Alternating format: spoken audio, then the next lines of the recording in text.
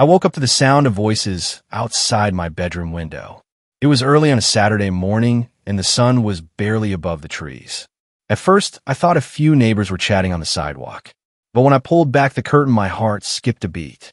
There were strangers in my yard, not just a couple of people passing by. An entire crew of adults was carrying folding chairs and white wooden arches.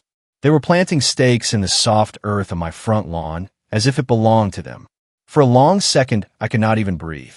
This was my private property. I bought this home with years of savings, and every inch of grass had been trimmed and cared for by my own hands. Yet here were people I had never met staking their claim like they owned it. And standing at the center of it all was Karen, the woman who ruled our HOA like a queen in a tiny kingdom. Karen with her perfect bob haircut and her permanent scowl. Karen who once fined my neighbor because his mailbox paint was half a shade too dark. She looked at me through the window and waved as if this invasion were perfectly normal. Behind her, a man was unloading speakers from a van. Another woman spread white cloth over a table that rested squarely on my grass. It hit me all at once. They were setting up for a wedding. On my lawn, my pulse pounded in my ears. The HOA had warned us about keeping our lawns neat. They had sent letters about the color of shutters. But never in my life had anyone suggested that the president of the association could just decide that my property was free event space. I threw on my shoes and stepped outside. Karen greeted me with a bright smile that did not reach her eyes. "Good morning," she said. "Isn't it a beautiful day for a celebration? We needed a perfect backdrop for my niece's wedding, and your lawn is simply ideal. The HOA has already approved it." Her words felt like a punch. I had not given permission. No one had asked. And yet here she was claiming authority over my home. Neighbors peeked from their windows while more guests arrived carrying flowers and food. My stomach twisted with anger and disbelief. I wanted to shout. I wanted to rip every chair out of the ground. But part of me froze. Because I knew Karen. She thrived on confrontation. And the HOA rules were a maze that she used to trap anyone who opposed her. That was the moment I made a silent promise. If Karen thought she could take my lawn for her niece's wedding, she was in for a surprise she would never forget. The sprinklers hidden beneath the grass would not remain silent forever. Before I tell you how I turned the tables, I need your help. If you enjoy stories of standing up to entitled neighbors, please hit the subscribe button right now. Leave a comment below to share your own HOA nightmare. Your support keeps me going, and it lets me bring more real-life dramas to this channel. Before the wedding invasion, there had already been years of tension in our neighborhood. I moved into the community 3 years ago after saving every spare dollar for a small but peaceful home. At first, the place looked like the picture of suburban calm. The lawns were trimmed. The sidewalks were clean. The houses stood in neat rows like they had been cut from the same blueprint. It seemed perfect. Then I met Karen. She introduced herself on my first day with a smile that felt sharp instead of warm. She told me she was the president of the Homeowners Association and that she personally oversaw every decision that kept our community beautiful. She handed me a thick booklet of rules and said that any violation would be addressed quickly. I remember standing on my porch that night, flipping through page after page of restrictions. The color of mailboxes, the height of hedges, the acceptable shades of paint. It felt less like a welcome and more like a warning. At first, I tried to stay on her good side. I mowed my lawn every week. I painted my shutters in one of the approved colors. I even attended a few HOA meetings to show I cared about the neighborhood. But Karen always found something to correct. One month, she left a note about a single weed in my flower bed. Another time, she claimed my trash cans were visible for 30 minutes longer than allowed. Her visits always came with that same tight smile and a printed notice in her hand. It was clear that control gave her joy. Other neighbors shared similar stories. One family received a fine because their child's bicycle was left on the driveway overnight. Another was told to repaint their front door because it was one shade too bright. We whispered about it at block parties and over backyard fences. Everyone feared the next letter from Karen. She used the HOA bylaws like a weapon, and no one wanted to be her next target. Despite all of this, I kept my distance.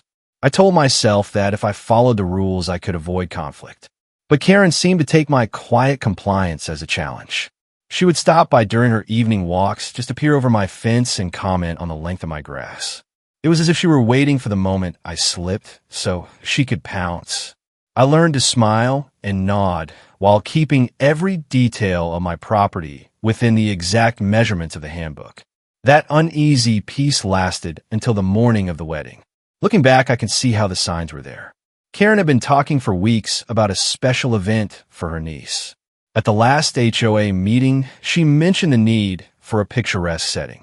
I assumed she was planning a party at the clubhouse or maybe a rental venue in town. Never once did I imagine she meant my front yard. When I stepped outside and saw the chairs and tables, it felt like years of quiet resentment boiled over at once. All those little fines and warnings, all those late-night rule books and forced smiles, they had led to this moment. Karen believed she could take whatever she wanted because no one had ever stopped her. But she had chosen the wrong lawn. I stood there watching as more decorations arrived. My neighbors peeked from behind curtains. Some looked amused. Others looked nervous. A few even stepped outside to watch the spectacle. Karen strutted from person to person, giving orders like a general before a battle. Her voice carried across the yard as she instructed people where to place the arch and the sound system. She acted as if the grass beneath her feet belonged to the HOA instead of me. Inside, I felt a mix of anger and a strange calm. I knew that confrontation would only feed her need for control. I also knew that my property rights were clear and that the sprinkler system was ready if I needed a silent ally. I kept my face neutral as I asked her to stop. She brushed me off with a wave and claimed the HOA had authority over all visible property. Her words were empty, but her confidence made a few neighbors hesitate. She believed that if she said it with enough force, everyone would accept it. That was the moment I decided to plan carefully. I would not shout. I would not threaten. I would let Karen build her stage and invite her guests. And when the time was right, I would remind her that this lawn was not hers to command. The next hours crawled by like a slow storm. Karen's crew transformed my quiet front yard into a wedding venue while I stood at my window, taking in every detail. White chairs formed neat rows across the grass. Ribbons fluttered in the breeze. A small team carried in speakers and tested the volume until music drifted down the street. Every sound dug deeper into my nerves. This was my property, my soil, my water, yet I felt like a stranger inside my own home. Neighbors began to gather along the sidewalks. Some carried phones to capture the spectacle. A few whispered in uneasy tones. I could see the question in their eyes. Would I fight back, or would I become another resident crushed by the weight of HOA authority? Karen thrived on that uncertainty. She moved between the workers like a director on a movie set. Her voice was sharp and confident. She told people where to place tables and where to hang the flowers. Each command felt like a dare aimed directly at me. I stepped outside once again and tried to keep my voice steady. Karen, this is private property. You need to remove your setup. She turned with a smile that felt carved from stone. Oh, please. This is community space, she said. The association has full rights to use visible property for approved events. It is in the guidelines. Everyone knows that. Her words were firm but wrong. I had read the documents from cover to cover. There was nothing that gave the HOA the right to take a homeowner's yard for a wedding. I told her again to leave. She waved me off as if brushing away a fly. The wedding is in a few hours, she said. You are welcome to stay and enjoy the celebration. Consider it a compliment that we chose your lawn. Then she turned her back and barked another order to a worker carrying flowers. My hands tightened into fists. Part of me wanted to call the police. Another part remembered every neighbor who had tried and failed to challenge her before. Karen always found a way to twist the rules or delay enforcement until the damage was done. Inside my house, I paced the floor. I checked the sprinkler controls again and again. Each valve was ready. The system covered every inch of the front yard. A simple button on the panel would send a shower of icy water across the chairs and decorations. It was tempting to act right then, but I forced myself to wait. Timing was everything. If I turned on the sprinklers too early, she might regroup or claim a technical error. I needed witnesses. I needed the perfect moment when her arrogance was at its peak. The clock ticked toward afternoon, and the neighborhood grew louder. Cars lined the street, as guests arrived dressed in suits and bright dresses. They carried gifts and coolers. Some looked confused when they saw me standing on the porch with crossed arms. Others smiled politely as if I had invited them. I kept my expression calm though my heart pounded like a drum. Behind me, the sprinkler control panel waited in silent readiness. Karen strutted across the lawn greeting guests and adjusting decorations. She never once looked my way. Her confidence radiated like heat on asphalt. I could almost hear her thoughts. She believed she had one. She believed I was powerless to stop her. That belief was the key that if I held my ground and stayed quiet, she would walk right in her own downfall. A neighbor named George shuffled over to my porch. He was an older man who had lived in the community since it was built. He leaned close and whispered, "Do you need help? I can call the sheriff." That I shook my head and smiled. Not yet. He raised an eyebrow, but nodded. He knew something was coming. Several other neighbors lingered nearby, pretending to check their phones. Word was spreading that a showdown was near. As the sun climbed higher, the decorations reached their final form. The white arch stood at the center of my yard, draped with flowers and fabric. Chairs filled with guests who chatted and laughed as if they were in a rented garden. A small band tuned their instruments that I could smell food from the catering tables mixing with the scent of freshly cut grass. My own lawn had become a festival ground, and Karen basked in the glow of her triumph. Inside, I took a slow breath and checked the sprinkler panel one last time. Every zone was armed. Water pressure was steady. A single press would unleash a sudden downpour across every chair and table. My fingers hovered over the control. Not yet. That I wanted Karen to feel the full weight of her own arrogance. I wanted the vows to begin, that I wanted the first notes of music to float into the air before I struck. The officiant stepped forward and raised a hand to quiet the guests. The chatter faded into silence. Karen stood proudly near the front row, smiling like a queen at her coronation. My heart beat faster. This was it, the moment I had waited for.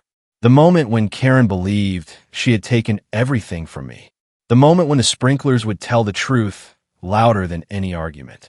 The band struck the first gentle notes of music, and a hush swept over the crowd. Sunlight streamed through the trees and lit the white chairs with a warm glow. Karen stood near the front row with a look of pure triumph. Her eyes sparkled as she scanned the guests and then turned briefly toward my house. For a split second, our eyes met. She gave me a small, victorious nod, as if to say, "See, I told you this would happen." My jaw tightened, but I did not move. Inside the house, the sprinkler control waited like a loaded slingshot. The bride appeared at the far end of the makeshift aisle. She looked nervous, but beautiful in a flowing dress that glittered under the sun. Guests rose to their feet, and a soft murmur of admiration filled the yard. The music swelled. Karen clasped her hands and beamed with pride. The officiant cleared his throat and began to speak. He welcomed the friends and family gathered to witness the union of two hearts. His voice carried across the lawn like a gentle breeze. The scene was almost perfect. Almost. I stepped quietly to the sprinkler panel and placed my finger on the main button. Every muscle in my body tensed. My heart pounded so hard I could hear it over the music. I thought of every letter Karen had left on my door, every fine she had threatened, every smug smile when she claimed authority over property she did not own. I thought of the sleepless night I spent reading bylaws to protect my home. And then I pressed the button. The effect was immediate. A sharp hiss filled the air, followed by a sudden roar as water burst from every sprinkler head. Streams of cold water shot into the sky and crashed down on the wedding scene. Guests gasped and screamed as the first wave soaked their clothes. The bride let out a startled cry as her dress darkened with water. The band clutched their instruments and scrambled for cover. Flowers sagged under the sudden shower. White ribbons clung to chairs like wet paper. Karen's triumphant smile collapsed in an instant. She spun around in shock as the sprinklers continued their relentless spray. Her hair flattened against her face. Makeup streaked down her cheeks. She raised her arms and shouted for someone to shut it off. But no one moved. Workers ran for dry ground. Guests dashed toward the street. The officiant held his book over his head and stumbled backward. The entire wedding dissolved into chaos beneath the relentless rain. I stepped out onto the porch with a calm I had not felt in weeks. The cold mist touched my skin, but I stayed dry under the small roof. Karen saw me, and her eyes blazed with fury. She marched through the water, toward my steps, slipping once on the slick grass. "How dare you," she shouted. "This is an official HOA event. Turn it off right now." Her voice cracked as another spray hit her side. I met her glare with a steady gaze. "This is my property," I said. "You never had permission. The sprinklers are on my schedule. You should have read the rules." She sputtered and waved her arms, but the water drowned out her words. Neighbors along the sidewalk began to laugh and cheer. Phones recorded every second. The guests who had not fled stood frozen between shock and amusement. Some even clapped as the soaking continued. Karen tried again to order me to stop, but I simply pointed to the edge of the yard. "The property line is clear," I said. "You are trespassing. Please leave." Finally, the bride and groom made a dash for the street. Their once perfect outfits clung to their bodies as they scrambled into a waiting car. The band abandoned their instruments and sprinted toward their van. Chairs toppled under the weight of water. Flowers lay scattered across the lawn like fallen soldiers. The beautiful wedding Karen had promised was now a drenched disaster. Karen stood in the middle of the wreckage, trembling with rage. Her once perfect hair dripped water onto her soaked blouse. She looked less like a queen and more like a furious child. "This is not over," she shouted over the roar. "The HOA will fine you for this." I shook my head slowly. "The HOA has no authority here," I said. "Call whoever you like. My lawyer will be ready." With that, I turned and walked back inside, leaving her standing alone in the storm she had created. Behind me, the sprinklers continued their steady rhythm. Water sprayed across the ruined decorations and carried the last bits of Karen's confidence down the driveway. The cheers from neighbors grew louder as they watched the self-proclaimed ruler of the neighborhood flee in defeat. Inside my house, I leaned against the door and let out a deep breath. My hands still trembled from the rush of adrenaline, but a slow smile spread across my face. After years of small battles and quiet resentment, I had finally drawn a line that Karen could not cross. My lawn, my rules, my victory. The sprinklers finally shut off after their program cycle. A thin mist lingered in the air as water dripped from every chair and ribbon. My yard looked like the aftermath of a summer storm. Neighbors lingered along the sidewalk, whispering and laughing behind their phones. The once proud wedding guests trudged back to their cars, leaving a trail of wet footprints on the pavement. The band drove off without a single note of farewell. Karen remained the last to retreat. She stood in the center of the ruined scene, trembling like an engine running out of fuel. I opened my door and stepped onto the porch. She turned to face me with eyes full of fury. "You'll pay for this," she said. "The HOA will issue the largest fine in its history." I let her words hang in the damp air before answering. "This is private property. Your association has no authority to host events on my lawn. Call a lawyer if you like. I will be ready." My calm voice only seemed to feed her anger. She opened her mouth to argue, but a neighbor called out from the sidewalk. He read the bylaws, "Karen. You have no case." More neighbors nodded in agreement. Karen's mouth snapped shut. For the first time, I saw doubt flicker across her face. She gathered what little dignity she could and marched toward the street. Water squished beneath her shoes with every step. Her once perfect blouse clung to her shoulders and her hair dripped in uneven strands. Without another word, she climbed into her car and slammed the door. The tires squealed as she sped away, leaving a yard full of witnesses behind. The neighborhood erupted into cheers and laughter. George, the elderly neighbor, gave me a thumbs up from his porch. A young couple across the street shouted that they had recorded everything. Phones were raised high, capturing the aftermath from every angle. I waved in quiet thanks, but inside I felt a deeper relief than I could express. Years of silent tension had finally broken. Karen's power was no longer absolute. That evening, my doorbell rang repeatedly as neighbors stopped by to share their excitement. Some brought snacks. Others offered to help clean the yard. We laughed over the dramatic escape of the bride and the frantic scramble of the guests. Stories of Karen's past abuses poured out like water from sprinklers. Everyone had a memory of a petty fine or an unnecessary warning. The night turned into an impromptu block party fueled by shared victory. The next morning, the official response began. A letter from the HOA board arrived in my mailbox, written in careful language. It requested a meeting to discuss the incident. No threats, no fines, just a polite invitation. I could almost hear the tension behind the words. They knew Karen had overstepped, and they were scrambling to protect themselves. The meeting took place 2 days later in the small community clubhouse. I arrived early to find a dozen neighbors already seated. Karen sat at the end of the long table, looking tired but still defiant. The board members wore neutral expressions. The president of the board, a quiet man named Richard, cleared his throat and opened the discussion. "We are here to address the events of the weekend," he said. "It appears there was some misunderstanding regarding property rights." I presented my documents showing clear ownership of my lawn. The property map left no doubt. Several neighbors spoke up in support, recounting how Karen had claimed the HOA had full authority to use private yards for events. Richard listened carefully and then turned to Karen. She crossed her arms and muttered something about tradition and community spirit, but her voice lacked its usual sharpness. Richard finally announced that the HOA would issue a formal apology and clarify that private property could not be used without explicit consent. No fines, no warnings. The room broke into quiet applause. Karen refused to look at me as the meeting ended. She stood abruptly and left without a word. The board members thanked me for my patience and assured me that new guidelines would be distributed to every homeowner.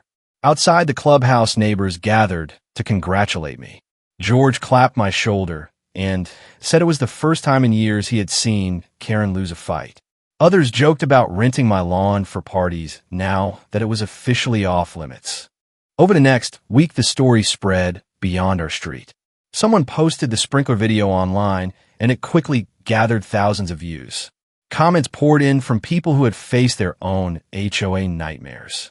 Messages of support filled my inbox. Strangers cheered the simple justice of a homeowner standing up to an overreaching association. My quiet suburban conflict had become a small internet legend. Despite the attention, life slowly returned to normal. The grass dried. The flowers were replaced. The sprinkler system continued its quiet routine. Yet something fundamental had changed. Neighbors who once hid behind curtains now greeted each other with open smiles. Conversations sparked on sidewalks. Small gatherings filled the evenings. Without Karen's constant shadow, the community began to feel like a neighborhood again instead of a kingdom under watch. Karen remained in the background. I saw her occasionally during evening walks, but she avoided eye contact. The once constant stream of notices and warnings stopped completely. Her power had evaporated like water under the sun. I maintained my lawn as always, but now every cut of the mower and every splash of the sprinkler felt like a quiet celebration of freedom. As I sat on my porch one peaceful evening, I reflected on the strange path that led to this victory. A single decision to defend my property had ended years of silent tension. The sprinklers had done more than soak a wedding. They had washed away the fear that had kept us all quiet. Karen might never admit defeat, but the neighborhood no longer needed her approval to thrive. A week after the drenched wedding, I sat on my porch in the cool evening air. The sunset painted the sky in deep orange and soft purple. My lawn stretched before me lush and green, thanks to the same sprinklers that had ended Karen's reign. Children played tag on the sidewalk while neighbors chatted freely across driveways.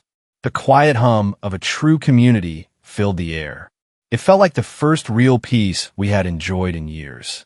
I thought about how small choices can create powerful change.